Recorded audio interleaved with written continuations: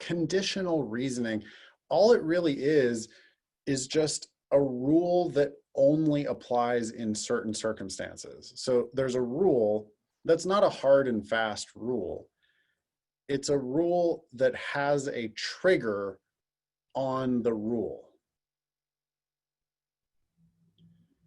And there are many ways of phrasing a rule that has a condition on it. Again, we're talking about conditional reasoning.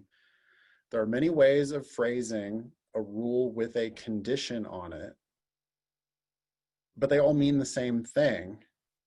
You just have to get familiar with the ways that they talk about these conditions. So consider this example. This pen, this dry erase pen, if I drop it, it will fall. Yeah? Everybody agree? If I drop it, it will fall? Does that mean it's gonna fall for sure? No, it's not falling now because I didn't drop it. Okay, so if I drop it, it will fall.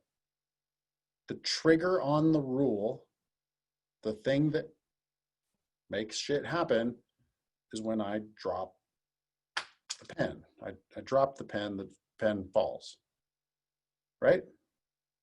Okay. So the sufficient condition on that rule, by the way, sufficient just means enough to prove one other thing. The trigger on the rule, the sufficient condition on the rule is if I drop it. If I drop it, then it will fall. So the sufficient condition is I dropped it. The necessary condition is the thing that happens when I drop it. If I drop it, then it must be true that it will fall. So the sufficient condition is the trigger on the rule. That's the thing that makes something happen, like squeezing the trigger on a gun. The necessary condition is the thing that must happen anytime the sufficient condition is met. So when I drop it, the thing has to fall, because I said, if I drop it, it will fall. And if I wanted to draw it out in the old school LSAT dogma way, using one of these arrows, the sufficient condition is on the left. That's the if. The necessary condition is on the right. That's then.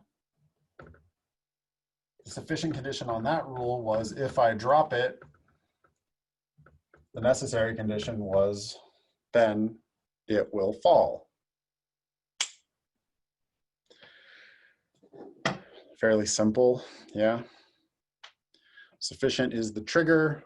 Necessary is what happens when the trigger is pulled. Yes.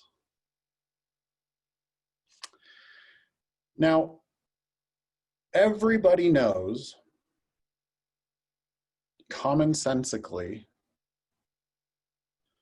that if it's true, that if I drop it, it will fall, everybody knows that if it didn't fall, I couldn't have dropped it. The rule was if I drop it, it has to fall. So if it didn't fall,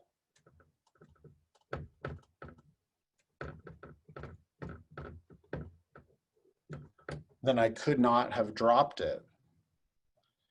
That's common sense. And that's common sense that literally every 7th grader would understand. The rule, if I drop it, it will fall. Any halfway smart 7th grader would go, oh, it didn't fall? Well, then, yeah, I mean, you couldn't have dropped it, because if you drop it, it has to fall. So if it didn't fall, it must not have dropped. This is common sense. This is also common sense with a name on the LSAT. We call this the contrapositive.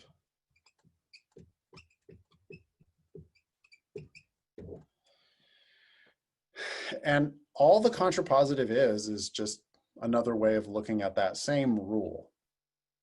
A rule and its contrapositive are the exact same thing. The rule, if you drop it, it will fall, and the rule, if it didn't fall, it couldn't have dropped, are just two different ways of saying the exact same thing. That's not a new rule. It's not a new concept. It's just common sense. It's just two different ways of saying the exact same thing.